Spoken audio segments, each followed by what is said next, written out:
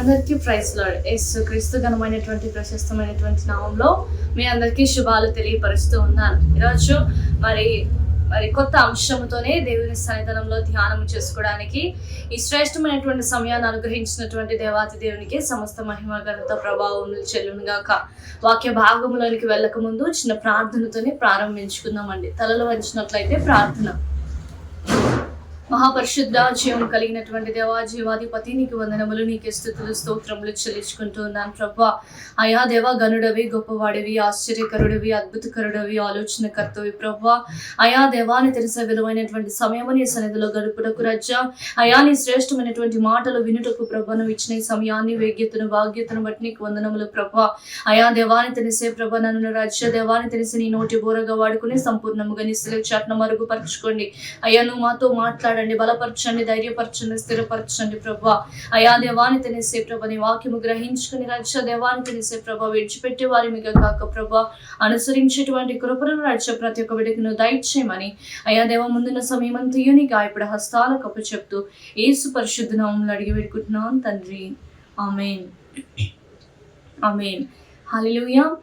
మరి దేవుడు అనేకమైనటువంటి కార్యములు మన మధ్యలో జరిగిస్తూ వస్తున్నారు కాబట్టి మరి శ్రేష్టమైనటువంటి సమయాన్ని కొద్ది నిమిషాలు ఆయన లేఖన భాగం నుండి మనం కొన్ని మాటలు మరి పంచుకోవాలని ఆశపడుతూ ఉన్నానండి.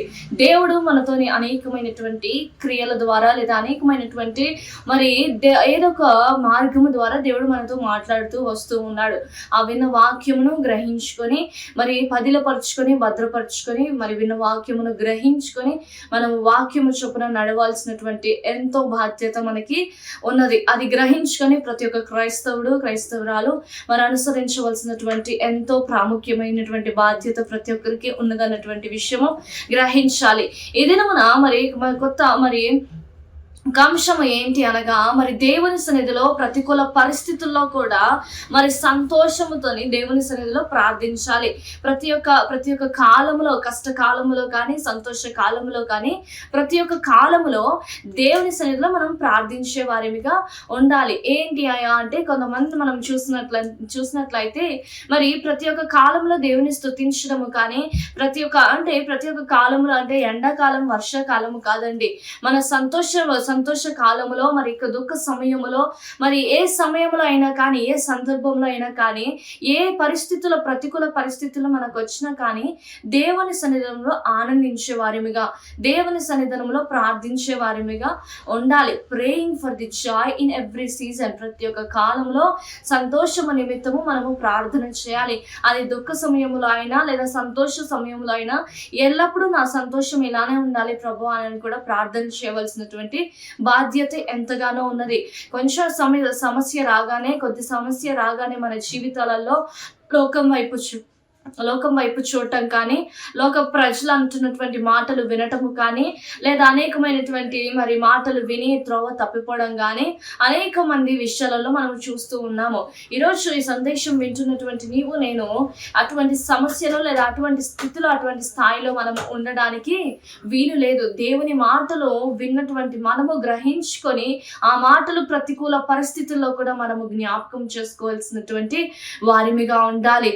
అదే విధముగా మరి చూసినట్లయితే నెహెమ్యా 8వ అధ్యాయము 10వ వచనంలో మనం చూసినట్లయితే చివరి 2వ లైన్లో మనం చూసినట్లయితే మీరు దుఃఖపడుకుడి, యెహోవాయందు ఆనందించడం వలన మీరు బలము నందుదురు. హల్లెలూయా. మీరు దుఃఖము పొందవలసినటువంటి అవసరం లేదండి. యెహోవాయందు మనం ఏం చేయాలయ్యా అంటే ఆనందించడం వలన మీరు బలము పొందుదు. ఎవరి యందు మనం ఆనందించాలయ్యా అంటే దేవుని యందు ఆనందించాలి. దేవుని యందు మనం నిరీక్షణ కలిగి ఉండాలి. దేవుని మీద మనం ఆధారపడాలి. దేవుని మీద మనం నిరీక్షణ ఆధారపడి దేవుని యందు మనం ఆనందించినట్లయితే మన కష్ట సుఖములు, మన దుఃఖ వ్యాధులను ఎవరు వింటారయ్యా అంటే దేవుడు విని మనకు జవాబును దయచేస్తాడు. అటువంటి ప్రతికూల పరిస్థితుల్లో కూడా నీవు ప్రార్థించినట్లయితే దేవుని సన్నిధిలో ఇప్పటికంటే రెట్టింపు ఆశీర్వాదము, రెట్టింపు సంతోషము, రెట్టింపు బలము నీవు నీ జీవితంలో పొందుకునేటువంటి గొప్ప ఆస్కారము ఉంటుంది. బైబిల్ గ్రంథంలో మనం చూసినట్లయితే కొంతమంది వ్యక్తులు మనకు కనిపిస్తూ ఉంటారు. ఎవరయ్యా అంటే ఆ కొంతమంది వ్యక్తులు మరి ప్రతికూల పరిస్థితుల్లో కూడా ఈ వచనానికి సాదృశ్యంగా మనము వారి జీవితాలను మనం చూడవచ్చు. వారు వారి ప్రతికూల పరిస్థితుల్లో వారి దుఃఖ సమయంలో ఎవరిని ఆశ్రయించారు, ఎవరి యందు ఆనందించారు అనే విషయం మనం ఒకసారి జ్ఞాపకం చేసుకుంటే, దేవుని యందు ఆనందించి లోకపు మాటలకు వ్యతిరేకముగా లేదా వేరుగా వాళ్ళు జీవించినట్లు మనం చూడవచ్చు. వారు లోకమునకు నిజముగా దేవుడు చెప్పినట్టుగా మీరు లోకమునకు వేరుగా బ్రతకమన్నాడు. అదే మాటను వారి జీవితంలో నెరవేర్చి మనకి గొప్ప సాక్షులుగా నిలిచారు. దేవుని సన్నిధానంలో సంతోషించి లోకపు సమస్యలు పట్టించుకోకుండా దేవుని మీద ఆధారపడి ప్రథమ స్థానము దేవుడికి ఇచ్చి వారి జీవితంలో రెట్టింపైనటువంటి ఆశీర్వాదము వారు చూసి ఈ రోజు మన మధ్యలో సాక్షులుగా నిలబడినటువంటి విషయం మనము గ్రహించవచ్చు. మనం చూసినట్లయితే యోబు గారిని మనము చూడవచ్చు. యోబు గారు అనేకమైనటువంటి శ్రమలు అనుభవించాడు. యోబు గ్రంథం లేఖనాలు తీసినట్లయితే యోబు గ్రంథము 1వ అధ్యాయము మరి 4వ వచనంలో చూసినట్లయితే, తూర్పు దిక్కు జనములందరిలో అతడే గొప్పవాడుగా నుండెను. ఎలా ఉండేనంటనండి, యోబు గారు మరి అనేకమైన గొప్ప స్థానంలో గొప్ప స్థితిలో వారు ఉన్నారు. అది అలాగే మనం ముందుకు కొనసాగినట్లయితే మనకి తెలిసిన విషయమే. యోబు గారి జీవితము అనేకమైనటువంటి విషయాలు మనకు తెలిసిన విషయమే, కానీ మనము ధ్యానించినప్పుడల్లా మనము ఆ యోబు గారి జీవితం మరలా ప్రస్తావించడం వలన కొత్త విషయాలు మనకు తెలుస్తూ వస్తూ ఉంటాయి.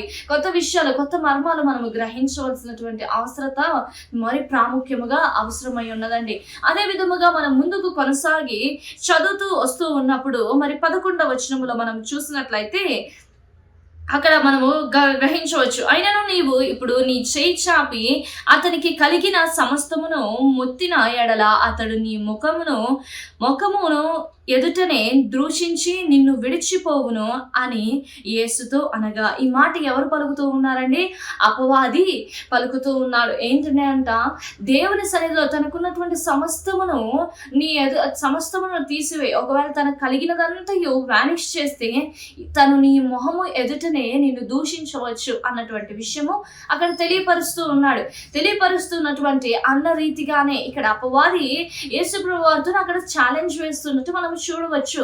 అక్కడ చూసినప్పుడు ఇదంతా మనము గ్రహించినట్లయితే మరి త్వరగా ముందుకు కొనసాగినట్లయితే అక్కడ మరి ఉన్నదంతయు కోల్పోవడం జరుగుతూ ఉన్నది. ఉన్నదంతయు కోల్పోయిన తర్వాత అక్కడ మనకు కనిపిస్తూ ఉంటుంది. ప్రేమ దేవుని బిడ్డలారా, గ్రహించాల్సిన విషయం ఏంటి అని అంటే, యోబు గారి జీవితంలో మరి అనేక విధములుగా మరి అక్కడ తన సమస్తము కోల్పోతాడు. ఇక్కడ ఏ విధముగా అయితే అపవాది మరి తనకి ఏ విధముగా అయితే ఏమీ లేకుండా మరి ఏ విధముగా అయితే శోధించాడో, ఆ శోధించిన పిమ్మట మరి తను కోల్పోయినదంతయు అక్కడ మనం ఇంకా కిందకి చదివినట్లయితే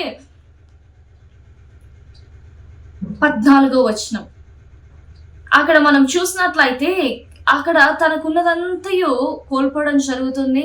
కోల్పోయిన తర్వాత మరి కిందకి 20వ వచనములో మనము చూసినట్లయితే నేను 21వ వచనం అండి, నేను నా తల్లి గర్భములో నుండి దిగంబరినై వచ్చి దిగంబరినై అక్కడికి తిరిగి వెళ్ళదును.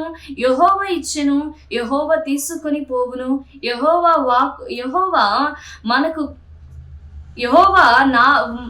నామమునకు స్తుతి కలుగును గాక. హల్లెలూయా, హల్లెలూయా. ఈరోజు నిజముగా క్రైస్తవులలో మరి ఎంతమంది మాట పలుకుతూ ఉన్నారో తెలియదు, కానీ అలనాడు యోబు గారు అంటున్నారు, యెహోవా ఇచ్చెను, యెహోవా తీసుకోలేనే. ఇక్కడ మనం చూడవచ్చండి, తనకు కలిగినటువంటి కష్టకాలంలో మరి ఆ కష్టకాలంలో కూడా సంతోషము మరి వెతుకులాడుకుంటూ ఎవరి దగ్గరికి వెళ్ళారండి? దేవుడి దగ్గరికి వెళ్తూ ఉన్నాడు. అంటే ఎలా వెళ్తూ ఉన్నాడు? ప్రార్థన ద్వారా ఆయనతో కనెక్ట్ అవుతూ వస్తూ ఉన్నాడు. ఇక్కడ మనం గ్రహించాల్సిన విషయము, తెలుసుకోవాల్సిన విషయం ఏంటంటే, అక్కడ తనకి సమస్తము కోల్పోయినా కానీ ఎవరు ఆశీర్వదించారయ్యా అంటే, నన్ను దేవుడు ఆశీర్వదించాడు, సమస్తమును మళ్ళీ ఆయనే తీసుకున్నాడు. But it's okay, no problem in that, no matter in that అన్నట్టు ఆయన చాలా తేలికపాటుగా మాట్లాడుతూ ఉన్నట్లు మనకు కనిపిస్తుంది. ప్రేమని నేను బిడ్డలారా, ఈరోజు క్రైస్తవులలో అన్ని విషయాలు తెలుసు. మరి క్రైస్తవుడిగా జీవిస్తున్నటువంటి, విశ్వాసగా జీవిస్తున్నటువంటి నీవు నేను ఏ మాత్రము సాక్ష్యం ఇవ్వగలుగుతూ ఉన్నాము? ఒక చిన్న సమస్య రాగానే వెనకడుగు వేస్తూ ఉన్నామా? లేదా ఒక చిన్న వేదన రాగానే లోకము తట్టు తిరుగుతూ ఉన్నామా? ఒక చిన్న వేదన, సమస్య, దుఃఖము రాగానే లోకపు మనుషులను ఆశ్రయిస్తున్నామా అన్నటువంటి చిన్న ప్రశ్న వేసుకోవాలి. ఎందు నిమిత్తమయ్యా అంటే నీకున్నటువంటి సమస్త పరిస్థితులు అన్నీ బాగానే ఉన్నాయి, అయినప్పటికైనా ఏదైనా ఒక చిన్న సమస్య, లేదా పిల్లలకి ఫీజు కట్టడంలోనో, లేదా ఆర్థికంగా మరి కొంచెం ఒడిదుడుకులు ఉన్నప్పటికైనానో, ఆ చిన్న ఒడిదుడుకులు రాగానే దేవుడు నాతోని లేడేమో, ఎవరు మనుషులే దిక్కేమో, నాకు ఈ మనుషులే దిక్కు అనుకున్నటువంటి సమయంలో దేవుడే దిక్కు అనుకున్నాను, కానీ దేవుడు కూడా నాకు సహాయకుడిగా లేడేమో అన్నటువంటి ప్రశ్న అనేక మందికి రాకపోలేదు. అటువంటి ప్రశ్న మన జీవితంలో ఎన్నటికీ రాకూడదు. ఈరోజు నీ జీవితంలో ఏదైనా ఒక చిన్న సమస్య వచ్చిందనంటే ఆయన మహిమార్థమై మాత్రమే ఆ చిన్న సమస్యను నీ జీవితంలో దేవుడు అనుమతించాడు అన్నటువంటి విషయము గ్రహించాలి. ఒకవేళ నిజముగా ఇక్కడ యోబు గారు మరి అన్ని కోల్పోయానని ఒకవేళ దేవుడు దూషించి ఉంటే ఎవరి నామానికి అవమానము కలిగేదండి? దేవుని నామానికి అవమానము కలిగేది. సాతాను అక్కడ హెచ్చుగా ఉండేటువంటి వారు. కానీ ఈ మాట వలన ఎవరికి అవమానము కలిగింది? సాతాని నామానికి సిగ్గుకరముగా యోబు గారి మాట నిలబడిందండి. అంత దేవుడే ఇచ్చిన అంత సమస్తమును తీసుకుని తల్లి గర్భములో నేను బయటికి వచ్చినప్పుడు దిగంబరిగానే వచ్చాను. అదే విధముగా ఏదైతే నాకు దేవుడు అనుగ్రహించాడో సమస్తమును దేవుడే తీసుకునే. చాలా గొప్ప విషయం అండి, చాలా గొప్ప మాట ఇక్కడ మనం గ్రహించాలి. ఆయన జీవితం, ఆయన చరిత్ర వినడమే కానీ ఆయన పలికినటువంటి మాటలు, ఆయన చూపించినటువంటి మాదిరికరమైనటువంటి జీవితము మనం అనుసరించడానికి చాలా కష్టతరముగా ఉంటూ ఉంటుంది. ఈరోజు వాస్తవానికి మనం మాట్లాడుకుంటే అనేక మనుషులు, యోహాను సువార్త మరి 9వ అధ్యాయం 2వ వచనంలో చూసినట్లయితే ఒక గుడ్డివాడు అక్కడ మనకు కనిపిస్తూ ఉంటారండి. ఆ గుడ్డివాడిని చూసినప్పుడు శిష్యులే అంటూ ఉంటారు, ఏమని అంటూ ఉంటారు, అయ్యా వీరి గుడ్డివాడుగా పుట్టడము వీడి పాపమా, వీరి పితృ పాపమా అని శిష్యులు అన్నప్పుడు అక్కడ యేసు ప్రభు వారు అంటూ ఉంటారు, ఏంటయ్యా అంటే వీడు గుడ్డితనముగా పుట్టడము వీడి చేసిన పాపము కాదు, వీని పితరులు చేసిన పాపము కాదు, ఈ రోజు మహిమార్థమై ఆయన సాక్ష్య మహిమార్థమై వీడు పుట్టుకతోనే గుడ్డివాడిగా పుట్టిన అన్నటువంటి మాట యేసు ప్రభు వారు అక్కడ పలకడము జరుగుతూ ఉంటుందండి. ఏంటయ్యా అంటే ఆయన ఎన్నో సంవత్సరములుగా నిందలు అనుభవించే ఉంటాడు కదండి ఆ గుడ్డివాడు. ఎన్నో సంవత్సరాలుగా, ఒరే నువ్వు చేసిన పాపమా, నీ పితరులు చేసిన పాపమా, ఏంటి ఇలా పుట్టావు, అసలు ఏంటి ఈరోజు మాకు భారముగా మిగిలావు అన్నటువంటి మాటలు, అనేకమైనటువంటి మాటలు విని ఉంటాడు. కానీ యేసు ప్రభు వారు అంటున్నాడు, అలనాడు ఈరోజు నువ్వు పుట్టుకతోనే గుడ్డివాడిగా పుట్టావు అని అంటే ఈరోజు ఆయన సాక్షార్థమై మాత్రమే. హల్లెలూయా, హల్లెలూయా. ఈరోజు ఒకవేళ నువ్వు నిందలు పొందుతూ ఉన్నావేమో, అవమానాలు పొందుతూ ఉన్నావేమో, దుఃఖంలో కూరుకొని ఉన్నావేమో, ఆర్థిక పరిస్థితులు బాలేవేమో, ఉద్యోగం లేక మరి దుఃఖంలో మునిగి ఉన్నావేమో, ఏ ప్రతికూల పరిస్థితులైనా కానీ నీ జీవితం ఇంతే, నీ జీవితం ఇంకా బాగుపడదు అన్నటువంటి నిందలతోనే బాధపడుతూ ఉన్నావేమో, ఈరోజు దేవుని సన్నిధానంలో ప్రార్థన చేయి. యెహోవా యందు మాత్రమే నువ్వు ఆనందించు. ఈ లోకపు మాటలు ఏవి పట్టించుకోవాల్సినటువంటి అవసరం లేదు. దేవుని మందిరములో సంతోషముగా ఎక్కడ లేని ఆనందంతో దేవుని సన్నిధిలో ప్రార్థన చేయి.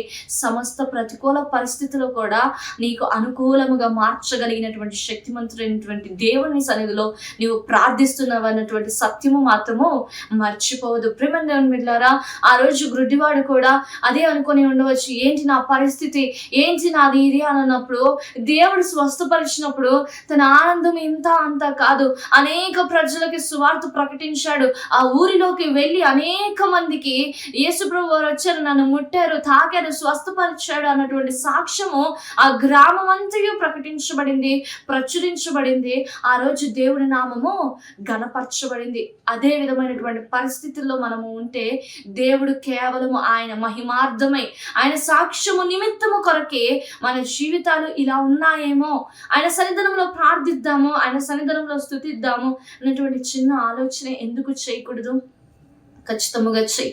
అటువంటి ఆలోచన కలిగి ఉన్నట్లయితే దేవుడు ఖచ్చితముగా నీ జీవితంలో మేలు చేస్తాడు. యోబు గారి జీవితము కూడా అంతే కదండి.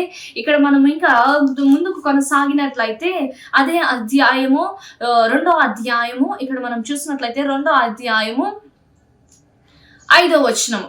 అక్కడ యేసు ప్రభు వారు మరి సాతానుడికి పర్మిషన్ ఇచ్చి మరి ఇలా చెయ్యి అని చెప్పినప్పుడు మరి సాతాను అదే అందునుగా తీసుకొని మరి అంతయు సమస్తమును కోల్పోయినను యోబు గారు ఒక మాట పలికారు. ఏంటయ్యా అంటే సమస్తం ఆయన ఇచ్చును ఆయన తీసుకొనేను అని ఆ మాట పలికినప్పుడు మరలా ఇక్కడ సాతాను ఇంకొక మాట అంటూ ఉంటారు. 5వ వచనములో మనం చూసినట్లయితే ఇంకొకసారి నీవు చేయి చాపి అతని ఎముకలను అతని దేహమును మొత్తిన ఎడల అతడు నీ ముఖము ఎదుటనే దూషించి నిన్ను విడిచిపోవును అని అక్కడ మనం చూసినట్లయితే మొదటి ప్రయత్నము విఫలమైంది. ఏంటంటే యోబు గారు చేసినటువంటి మరి ఆ మాటలు కానీ యోబు గారు పలికినటువంటి మాటల ద్వారా సాతానుడికి 2వ అవకాశం కావాలి అన్నటువంటి ఆశ కలిగింది.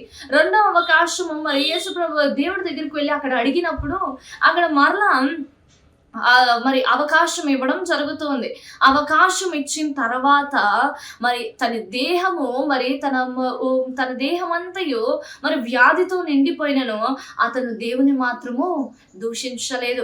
అక్కడ అందరూ దూషించారండి. 9వ వచనంలో మనం చూసినట్లయితే అతని భార్య వచ్చి నీవు ఇంకను యథార్థతను వదలక యుందువా.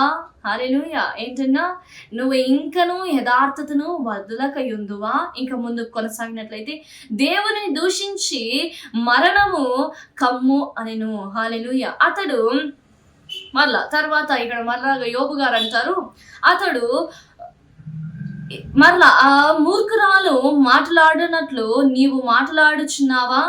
మనము దేవుని వలన మేలు అనుభవించుదుమా కీడును అనుభవింప తగదా అని.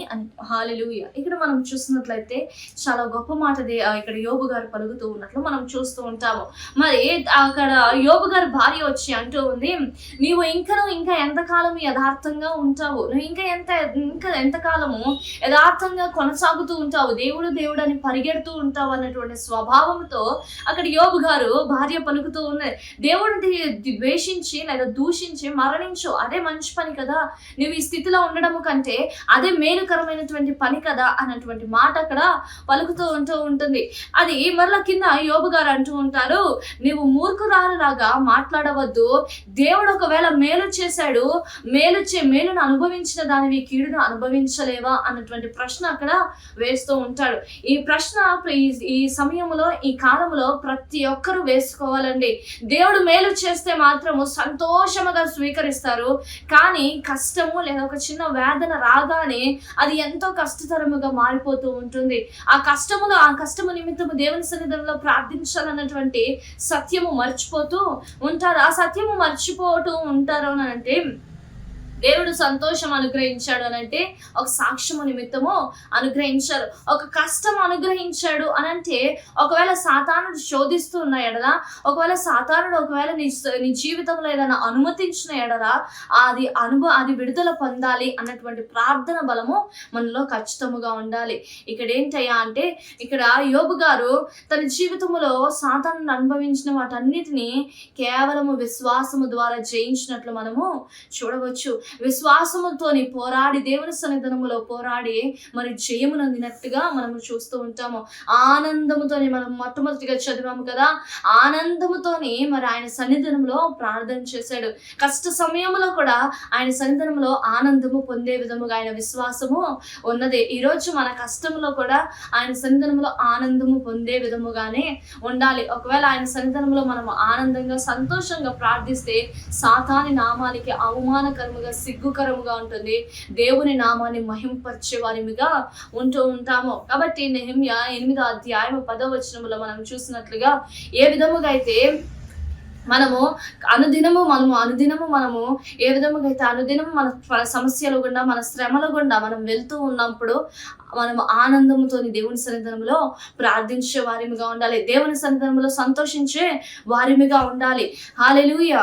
మరి రెండోదిగా మనం చూసినట్లయితే మరి యోబు గారి జీవితం ఏ విధముగా అయితే కొనసాగిందో, మరి కష్ట సమయంలో కూడా దేవుని మీద ఆధారపడి జీవించారు. కష్ట సమయంలో కూడా లోకమంతయు వెలివేసిన, సొంత వారు వెలివేసినా కానీ దేవునిలో సంతోషించి దేవునిలో ఆనందించారు.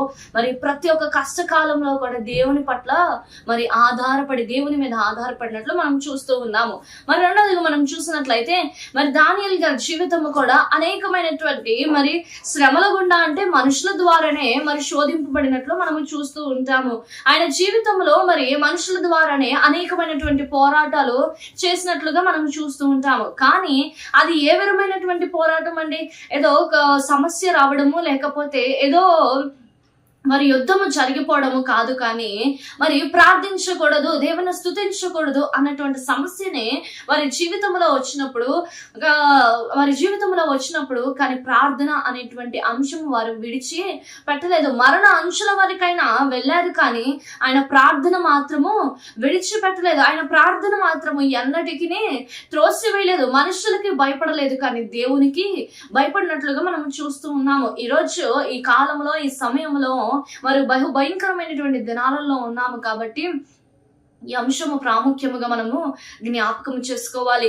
ఏంటి అని అంటే, ఒకవేళ ఎవరైనా మరి ప్రతికూల పరిస్థితులను బట్టి మరి నిన్ను ప్రార్థించకూడదు, దేవుని స్తుతించకూడదు అని అంటే, ఒకవేళ మనమైతే దేవుని విడిచిపెట్టేటువంటి వారిమేమో, లేదా దేవుని మరి మనుషులకు భయపడి ప్రార్థించకపోయే వారిమేమో. కానీ దానియేలు గారు మరి దేవుని సన్నిధానములో ప్రార్థించే అంతవరకు కూడా ప్రజలు ఎవరు నన్ను ఏమి చేయలేరనని దేవుని మాత్రము విడిచిపెట్టలేదండి.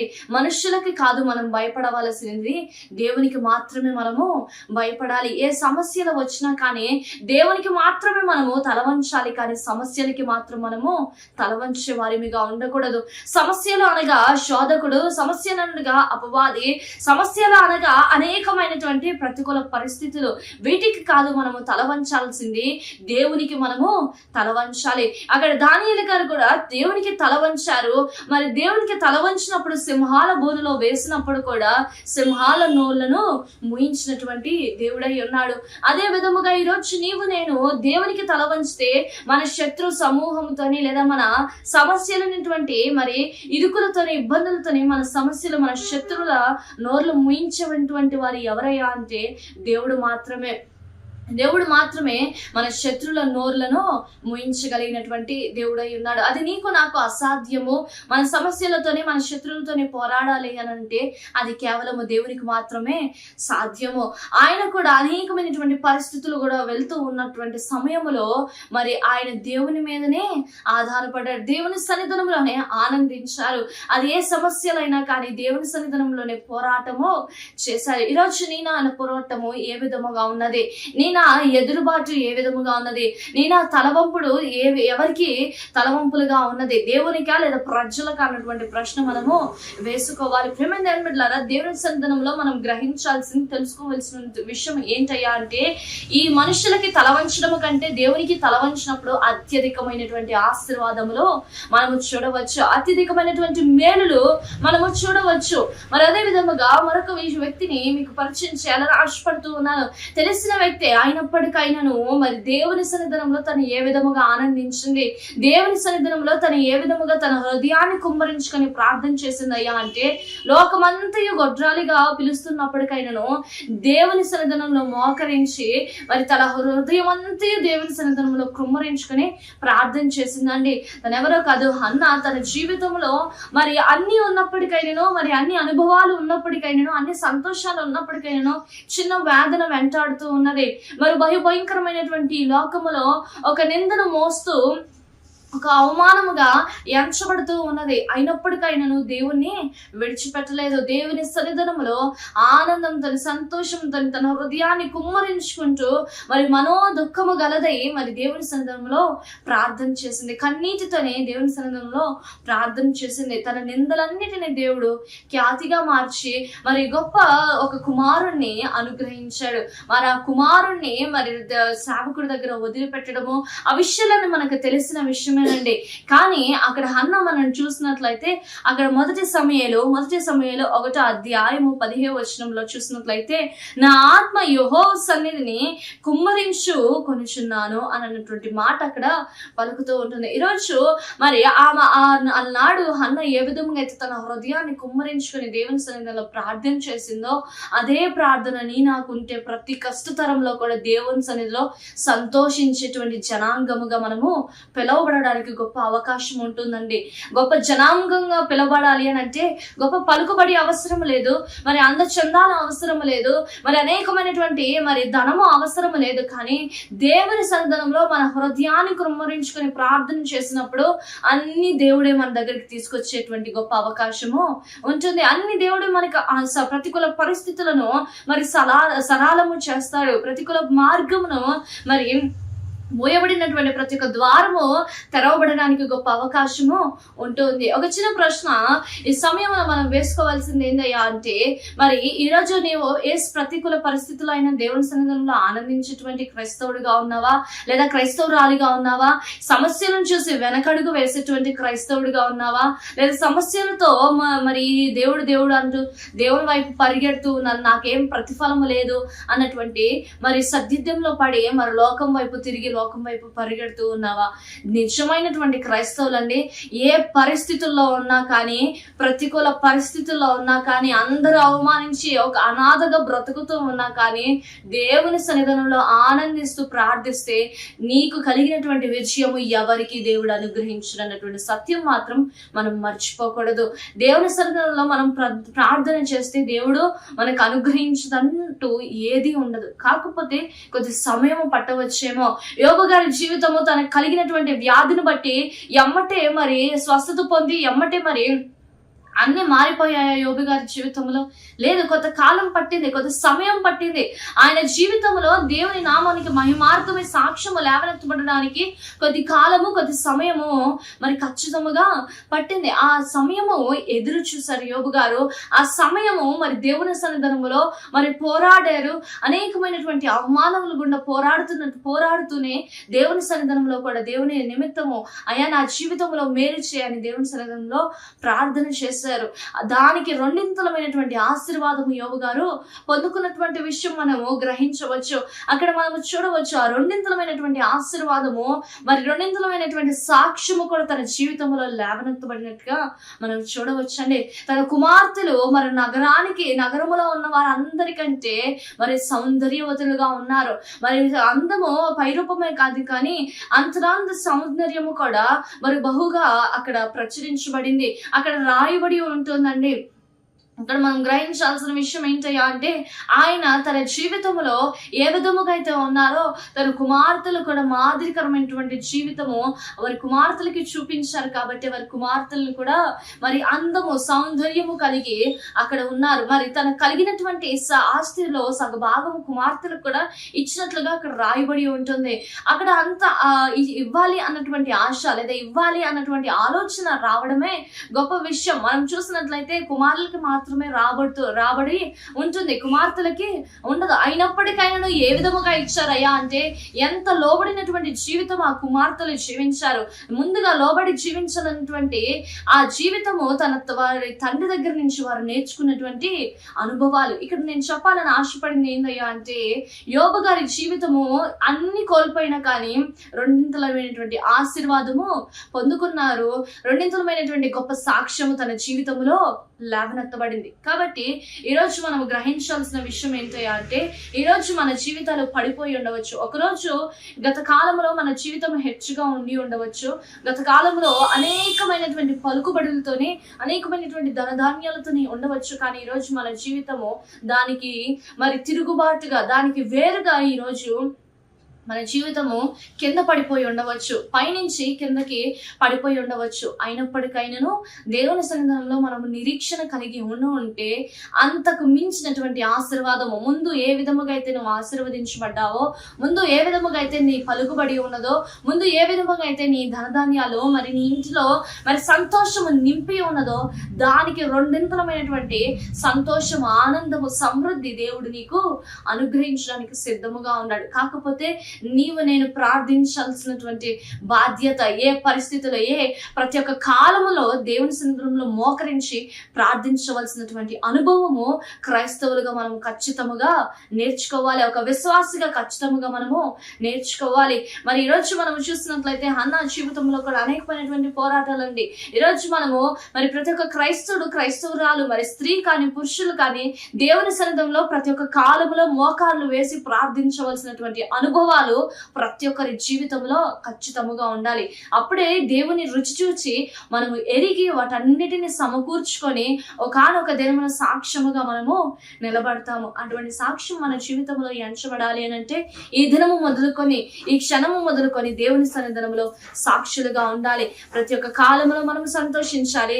ప్రతి ఒక్క సమస్యలలో మనం దేవుని సన్నిధానం ఆనందము, రెట్టింపు ఆనందముతో మనం దేవుని సన్నిధానంలో ప్రార్థిస్తే మరి సాతాను చెంప పగిలిన విధముగా మన ప్రార్థన, నైవేద్య ధూపములు ఆయన సన్నిధానానికి వెళ్ళడానికి ఒక గొప్ప అవకాశము ఉంటుంది. ఆ సత్యము గ్రహించుకొని ఈ దినము మొదలుకొని మరి ప్రతి ఒక్కరము అదే విధముగా ప్రార్థించిన ఎడల, ప్రతి ఒక్కరము అదే విధముగా మనము కొనసాగిన ఎడల గొప్ప అవకాశం మనము చూస్తూ ఉంటాం. గొప్ప మేలులు మన జీవితంలో జరుగుతూ ఉంటాయి. ఈ దినము ఈ సందేశం వింటున్నటువంటి మరి ప్రతి ఒక్క కాలంలో దేవుని సన్నిధానంలో ఆనందించే, ప్రతి ఒక్క ప్రతికూల పరిస్థితులలో కూడా దేవుని సన్నిధానంలో ఆనందించే వారిగా ఉందురుగాక. ఆమేన్. ఈ కొద్ది మాటలు దేవుడు దీవించి ఆశీర్వదించును గాక. ఆమేన్.